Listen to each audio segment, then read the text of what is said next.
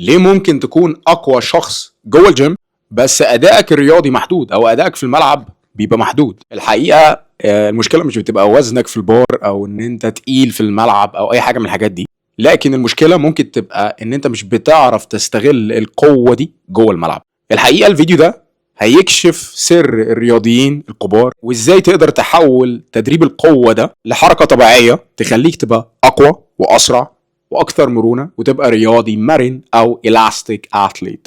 اهلا بيكم في فيديو جديد. النهارده الحقيقه هكسر كل الافكار التقليديه عن تدريب الرياضيين، والحقيقه انا النهارده مش عشان اتكلم عن قوه فقط او حركه فقط، لا، انا عايز اتكلم عن ازاي نبدا ان احنا نجمع الاثنين او ندمج الاثنين مع بعض، وان احنا ندمج الاثنين، ندمج بين الحركتين. اول حاجه القوه اللي انت بتكتسبها من تمارين الجيم والحركات الطبيعيه اللي بتبقى موجوده في الجري، السبرينتنج، الجامب، تشينج اوف دايركشن او تغيير الاتجاه. فيديو النهارده انا هخليك تغير طريقه تفكيرك عن التدريب خالص، واركز على 3 عناصر اساسيه.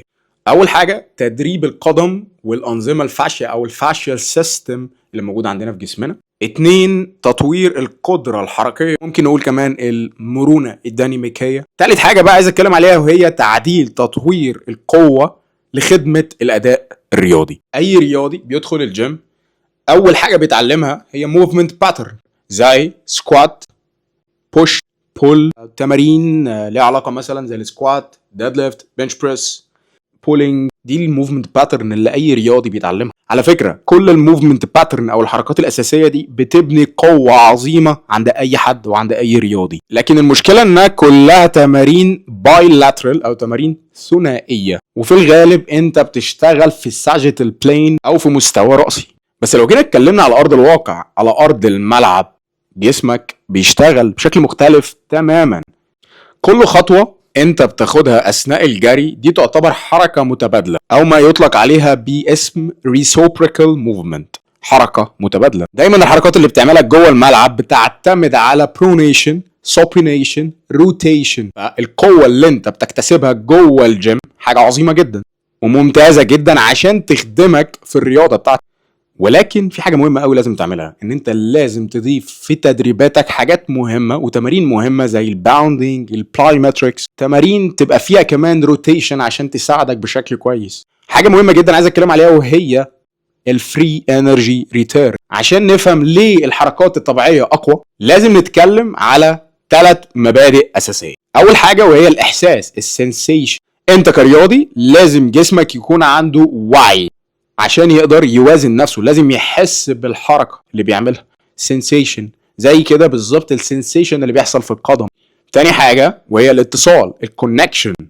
لازم يحصل كونكشن، والكونكشن ده هو حلقه الوصل اللي بتحصل بين جسمك وبين الارض.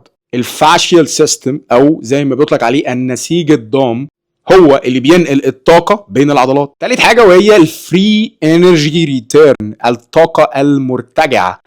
انت كرياضي ازاي هتستور الانرجي دي او الطاقه دي، هتبتدي ان انت ازاي تخزنها وازاي تريليزت او تطلقها. الرياضي الشاطر هو اللي بيعرف يستغل التخزين ده بكفاءه، وان هو يبتدي ان هو يخزن الطاقه دي بشكل كويس قوي.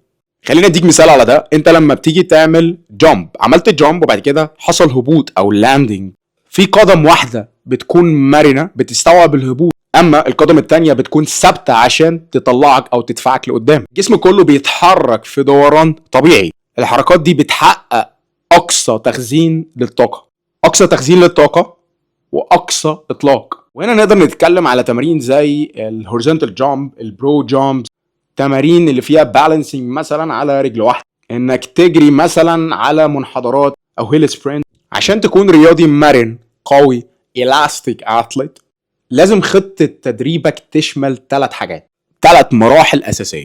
أول مرحلة وهي تدريب القدم والجزء السفلي من جسمك أو رجلك. 70% من القوة بتبدأ من الأرض. تمرن نفسك إن أنت تحسن وتقوي القدم. الفاشيال سيستم والأنظمة الفاشية باستخدام تمارين تبتدي إن أنت ترفع كعب رجلك فيها، تستخدم الارشز بتاعت الفيت، وتبتدي إن أنت تستخدم صوابع رجلك بشكل كويس. تجري على أسطح غير مستوية، تبتدي تعمل جامبس بالشكل ده على اسطح غير مستويه. تاني حاجه وهي تطوير القدره الحركيه. كل رياضي بيحتاج ان هو يجري، يعمل جامب او يقفز ويغير اتجاهه بكفاءه وبشكل كويس. مثلا الجري بسرعات مختلفه، تيمبو ران، الريبيتد باوندنج او تمارين اللي فيها باوندنج متكرره، او تمارين القفز المتكرره.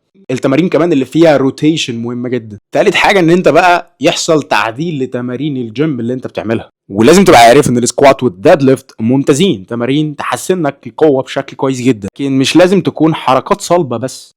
لا، انت محتاج تتحرك زي ما قلت قبل كده، سوبينيشن، برونيشن، وحاجات كمان فيها روتيشن.